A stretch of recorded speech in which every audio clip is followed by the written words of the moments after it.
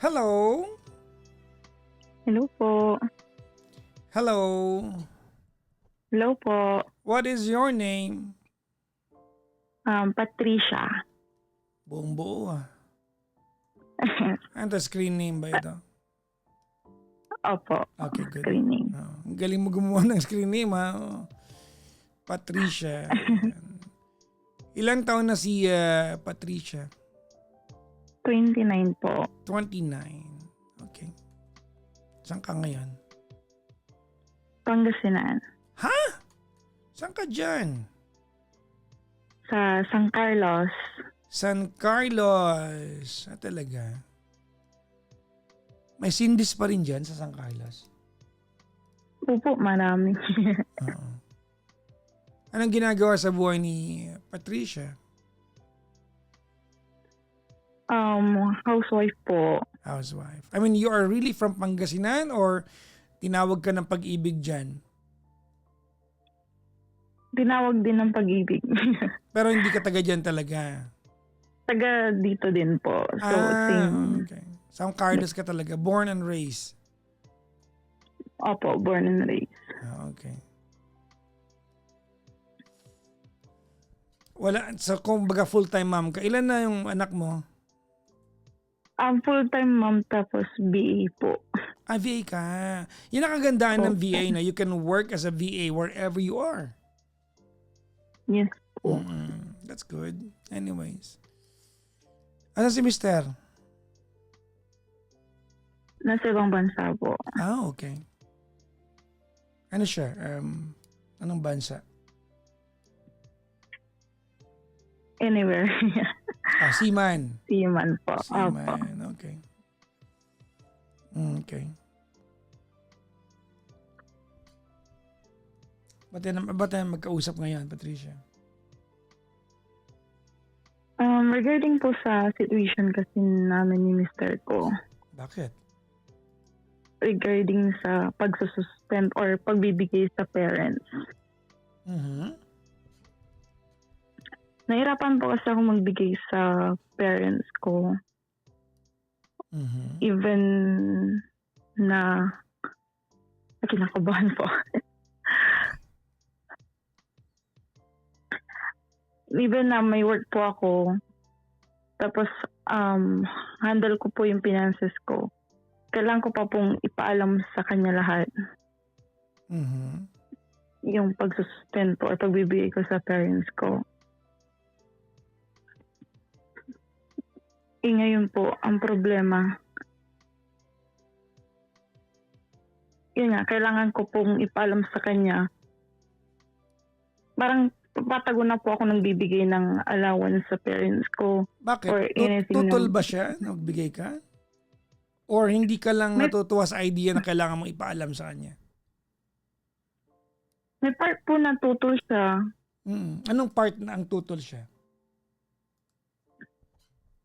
Na parang yung mga other expenses na kailangan ng parents ko. Are you a solo daughter? Opo. Mag-isa kang anak. Opo. Okay. Pero mag-isa na, parang ang parents ko na lang po si mother. Okay, hindi ko gaano nasakyan yung kwentuhan natin. I mean, is he against you giving to your mom or nabubusit ka lang na kailangan mo maging transparent sa kanya? Which? Both po. Kailangan ko maging transparent. Tapos, yung parang kapag may excess ako na ibibigay, parang against siya. Bigyan mo ako ng context dun sa yung tutol siya. Kailan? Like for example po, kapag mayroon babayadang utang si mama, kukuha siya sa akin. Okay. Tapos, need ko pang ipaalam sa kanya. Okay. Even though na kailangan, kasi yung sahod niya naman po, ginagamit namin yung yung sahod niya para pampagawa ng bahay. Mhm.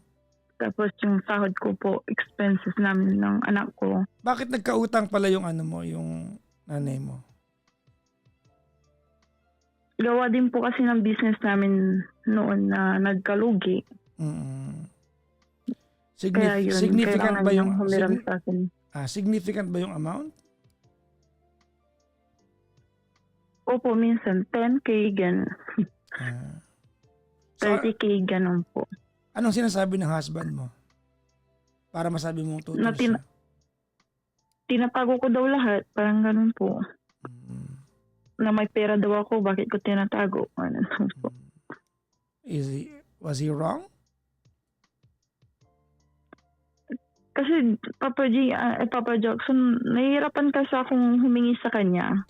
Kailangan kong, at nahihiya po akong humingi sa kanya kapag sa parents ko. Bakit ka nahihiya? I mean, did he give you a reason para mahiya? Kasi kapag hihingi po ako, kailangan kini-question niya po kung saan ko gagamitin lahat. Parang even na small thing, kailangan kini-question niya po. So parang nahihirapan po akong humingi. Even though na parang sa amin, sa part ko kasi bilang babae, I need to work pa rin kasi ayoko yung hihingi ako sa asawa ko, parang kung ano yung bibilhin ko, kailangan ko paalam lahat. So parang ang po, sa part ko po, kailangan ko mag-work even na full-time mom, Okay. kahit work paggabi, ganun po. Okay, ganito So yun po Yeah, go ahead. Apo. Ma'am. Yes po, go ahead. yun po, nahirapan po ako, Papa Jackson, kung paano ko po i-handle yung pagbibigay sa parents ko. Tas doon sa situation naming dalawa. Mhm. I have a question for you.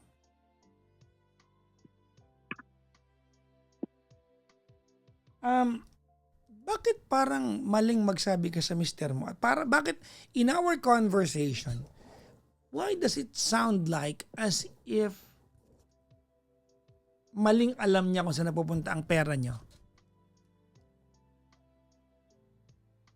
Ain't that supposed to be normal?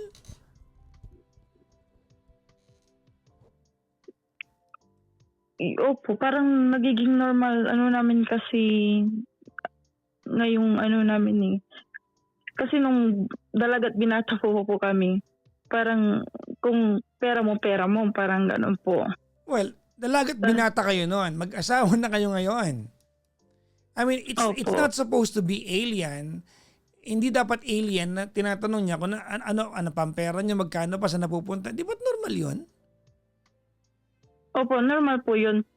Actually po, yung pera niya nasa akin pero accounted lahat. And that's normal. So, That's normal. Normal po yun. Because ganito Pero wait lang. Ganito I don't like when you say, ako bilang babae. So dahil babae ka ba, hindi niya pwedeng tanongin nasaan ang pera mo? Mag-asawa kayo You have a complete accounting of his earnings. Tama? Opo. At pag tinanong ka niya about your earning, you take it against him? Ain't that double standards?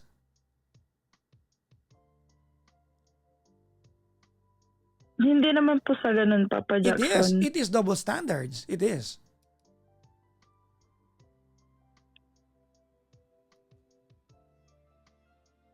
Kasi Opo.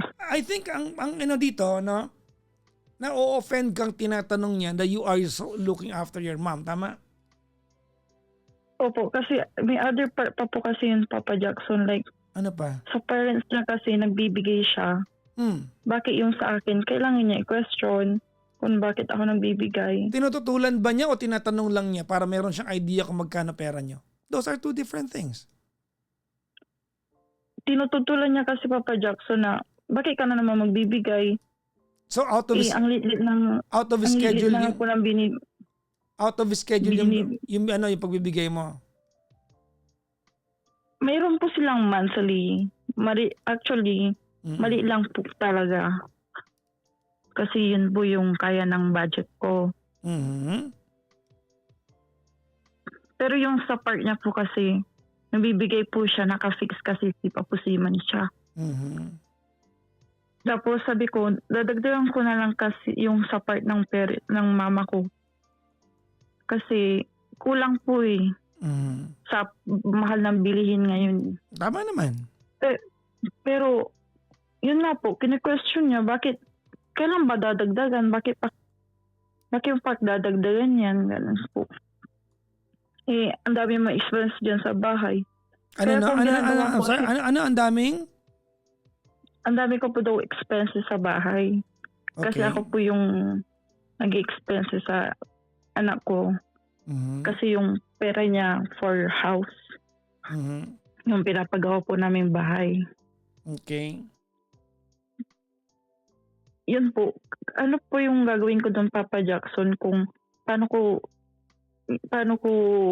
Your mom, asan yung nanay mo ngayon, ma'am? nasa bahay po. I mean, sino kasama niya sa buhay? Wala po. Alone. Hiwalay na po siya doon sa Sa Caribbean. okay. How much do you give to your mom, if you don't mind me asking? 5,000 a month po. 5,000 a month. Anong work ng mother mo?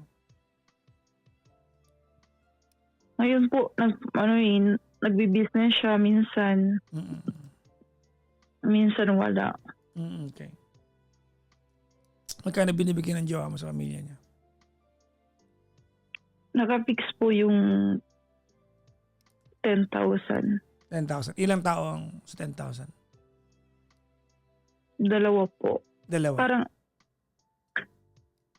isa lang po, tapos yung isa 2,000, ganun.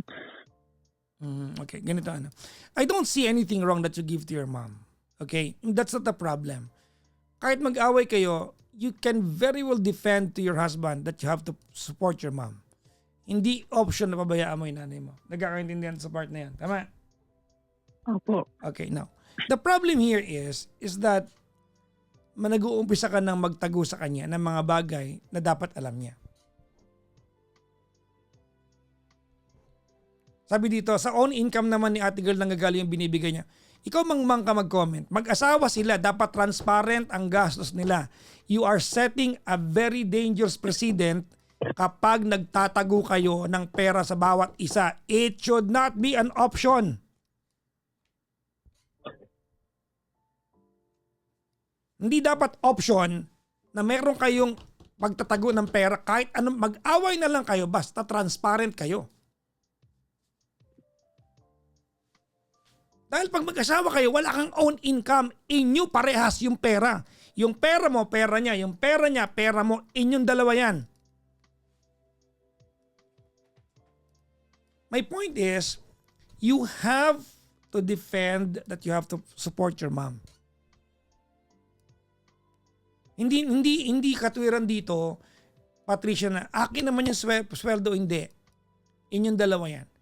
Your money is his money. Yung pera niya parehas, ano yan eh, pera ng bahay yan. Inyong dalawa yan. Inyong dalawa yan. Now, ganito ano, may asawa ka na. Gets mo? Opo. Okay. To be practical about it, you cannot afford, ngayon feeling ko, ang pinag-aawayan niya mag-asawa is hindi yung pagbibigay mo ng sustento sa nanay mo, yung biglaang gastos sa nanay mo. Yun ang kini-question ng husband mo. Tama, mali? Tama po. Exactly. And you should be able and willing to defend that nang hindi na-offend. Kasi normal na tanungin ka ng asawa mo. Normal yun. You shouldn't be offended. Kasi pera niya yun eh. You have to remember, he is somewhere far away working. Maybe he knows the value of an income. Kaya kanya tinatanong. Yun lang yun. Normal na tanungin ka niya. O bakit may bigla ang gastos? Nagpapagawa tayo ng bahay. Now, alam naman natin na syempre hindi mo kayang pabayaan nanay mo. Tama? Opo. Syempre hindi mo kayang pabayaan. Well, you still have to give kung talagang kailangan mo bigay. But you cannot lie to your husband. It shouldn't be an option.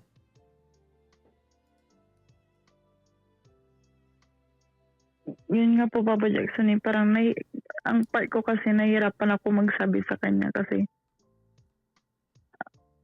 lagi siyang parang galit. Galit siya sa part na pagbibigay sa parents ko. Galit siya nagbibigay sa parents mo o galit siya sa biglang gastos? Magkaiba yun. Galit po siya sa pagbibigay ko. Basta lagi po siya nagka-question, bakit ka ba magbibigay dyan? May negosyo naman sila, ganun po.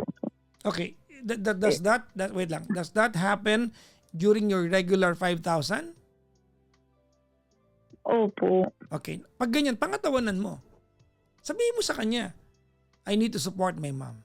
Period. Hindi kahit hindi ka pa pwede magalit sa akin. I need to support my mom. Pangatawanan mo yan. But it shall never be an option that you start concealing things from your husband. Diyan kayo magkakaproblema. Diyan kayo magkakaproblema. Hindi dapat option magtatago. Look, I am with you. I love my mom as much as you love your mom. Nagigets kita. It is not an option na pabayaan mo yung nanay mo. Siyempre, di ba? Hindi ka pwedeng kumain na masarap sa nanay mo, gutom. Tama, mali? Tama po. Exactly. Yan po yung lagi ko iniisip. Yes. I get you sa part na yun. But then again, you have to have a proper communication about this. No? You tell your husband, I'm not failing. Hindi naman ako nagpi-fail sa pagbabudget ng ano natin. Tama, di ba? Opo. Hindi mo ako nagpi-fail, di ba? You have to tell your husband point blank na, alam mo, pagkatiwalaan mo kung kaya ko tong budgetin. I need you to trust me that I know how to budget and manage our finances. And I want you to know it is not an option that I am going to abandon my mother. You tell him that. Opo. You tell him that. Point blank. You tell him. Kahit anong away ang puntahan natin, it is never an option for me to abandon yung nanay ko. I want you to know, just like how you are to your parents, you are there for them, I am there for my mom. Hindi ko siya pababayaan. Hindi option na pabayaan ko yung nanay ko. You tell him that. And I want you to trust me that I can manage our finances. You tell him that. Opo. Now, Ang okay, go ahead, ma'am. Yes po. sa part niya po din kasi, ano po, yung kapag nagbibigay siya sa parents niya, wala po akong tutol doon kasi alam ko naman po yung paghihirap ng isang parents nung nag-aaral kami, ganun. Kaya gusto ko din mag-give back sa parents ko kasi alam ko din yung paghihirap nila nung mga time ko. Yeah, I am with you. I understand you. The only Kaya kung ano yung maibibigay ko po, of course. ibibigay ko po sa kanya habang nabubuhay pa po sila. Of course. I like that. Hindi bali mag-away kayo basta kailangan transparent ka. Ang hindi ko lang po nagustuhan kasi sa kanya, pinagpili niya po ako. No. Yung sabi ko po sa kanya, kapag pinagpipili mo ako, pipiliin ko yung parents ko. Congratulations. Kasi, that's a good choice. Sila yung nagtaguyod sa akin. Wala ako ngayon kung wala sila. Kaya yun po, na-realize din niya po yata nung time na hindi ko siya pinili. Yes. Ako, I would advise you the same. When it comes down to it, you were a daughter first. Ganito, iba kasi yung pag may magulang ka masama ugali. Pero para lang sa idea na sinusupport mo yung magulang mo sa papipiliin ka ng asawa mo, stupid siya. You tell him, I said so.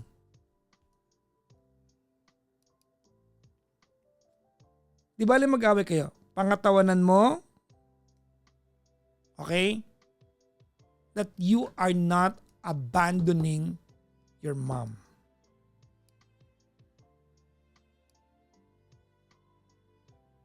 Opo.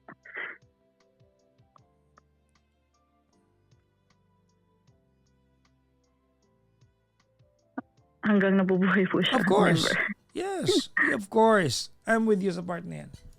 Ang tanging ayaw ko lang yung, ganito ate. Kaya you have to separate this now.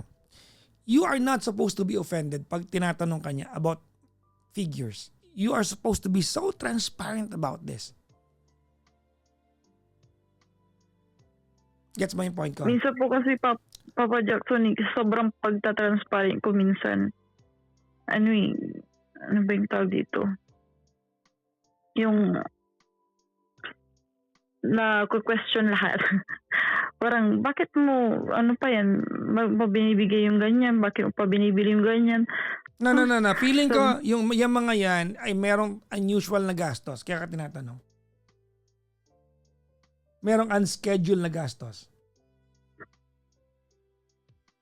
Sabagay po. See? Maging honest ka sa conversation natin. Kaya ka naka-question kasi may unusual na gastos. Tama mali? Tama po. Oh, yun naman yun eh. And pag may unusual na gastos, you are not supposed to be offended pag tinanong ka. Ipapaliwanag mo talaga yun.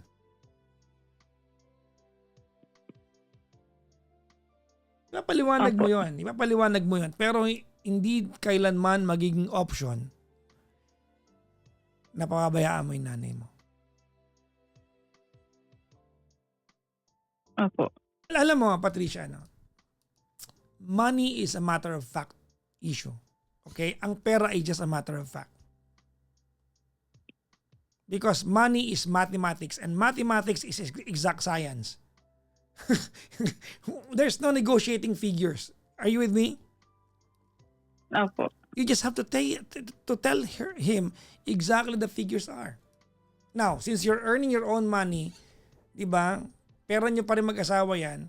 And if your motivation of working is to provide for your mom, go ahead, spoil your mom. But never conceal that from your husband.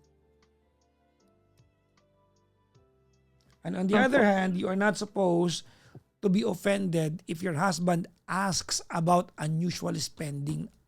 Kasi tandaan mo, yung mister mo ay nasa gitna ng laot, nagpapakapagod doon. Huwag mong masamain na nagtatanong din siya.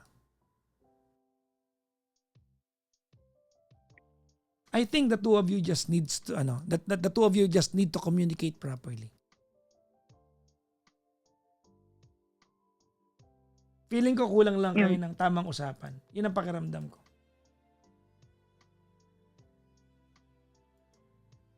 Sabagay po. Feeling ko kulang lang kasi feeling ko ikaw, pwede ba ako maging honest sa'yo? Opo. Feeling ko ikaw, konting matanong ka lang, defensive ka na.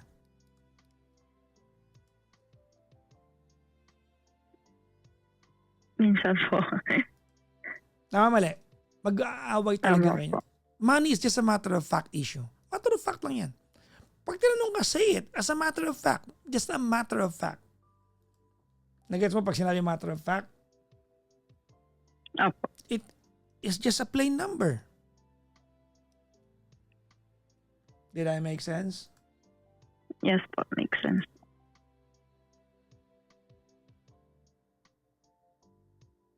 Need ko lang po i-disclose lang. Yes. Kasi pag-aawayan niyo yan, pagka nagtago ka kasi, magagalit ka, sabihin mo na lang. Alam ko di ba?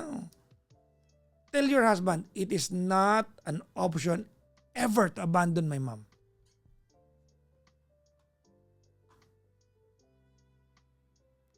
Tsaka hindi ko gusto yung pinapili ka niya. Yun po lagi yung sinasabi ko sa kanya. Hindi ko i-abandon yung mother ko. Ibibigay ko lahat, sabi ko. Of course. Kuning pangangailangan niya. Of course. Same naman, dapat ganun din yung gawin mo sa parents mo. I am with you sa part na yan. Kasi kapag tumanda tayo, ganun din gagawin ng anak niyan. Of course. Natin.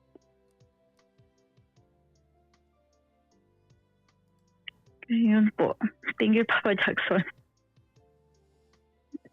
Medyo nakahinga na ng Kung konti. maririnig ng asawa mo itong usapan natin, anong sabihin mo sa kanya?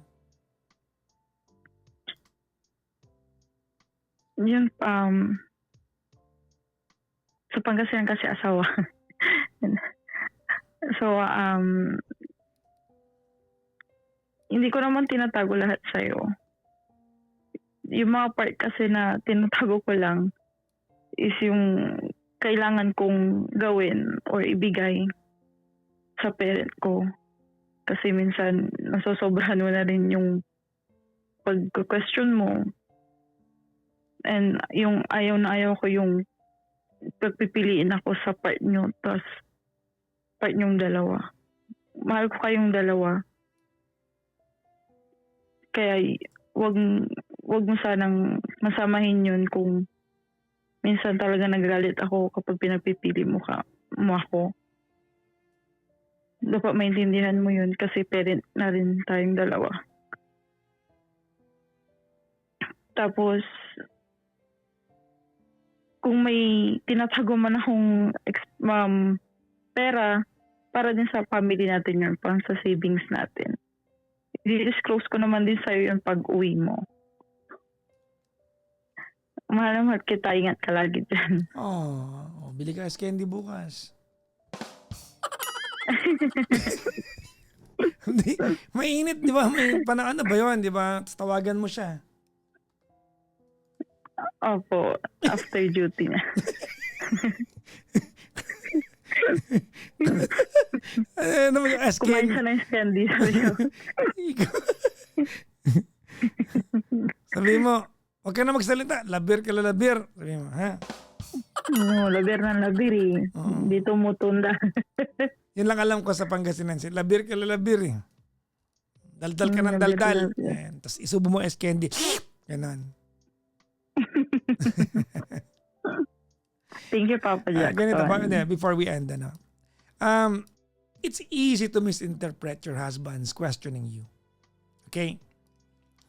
But you have to factor in that earning money from where you're coming from compared to where he's coming from is different.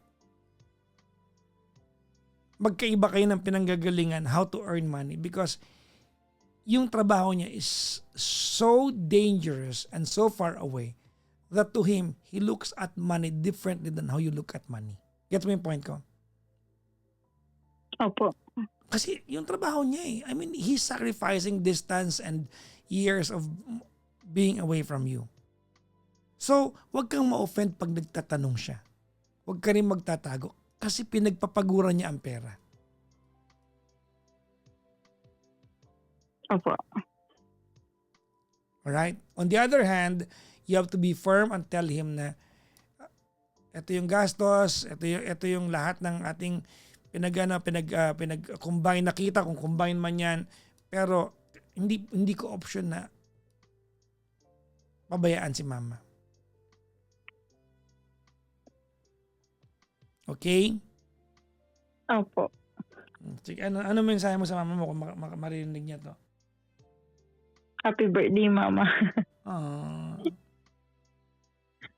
Birthday na mama mo? 50th birthday niya. Opo. Kailan?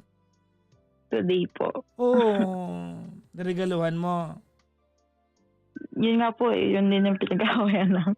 Regaluhan mo. Nanay mo yan eh. Opo. Pag diregaluhan ko po talaga kahit anong sabihin niya. Of course! Kasi, diba? spoiled natin siya. Tama, oo. Aminin na natin, diba? They've got few birthdays left. Hindi natin alam ang buhay. Yes, they've got few birthdays left. Tama? Opo. So, give it to them. Opo. Thank you, Papa Jackson. Alright? Maraming salamat ha sa iyong pagtawag, okay? Opo. Bye-bye po. God bless po.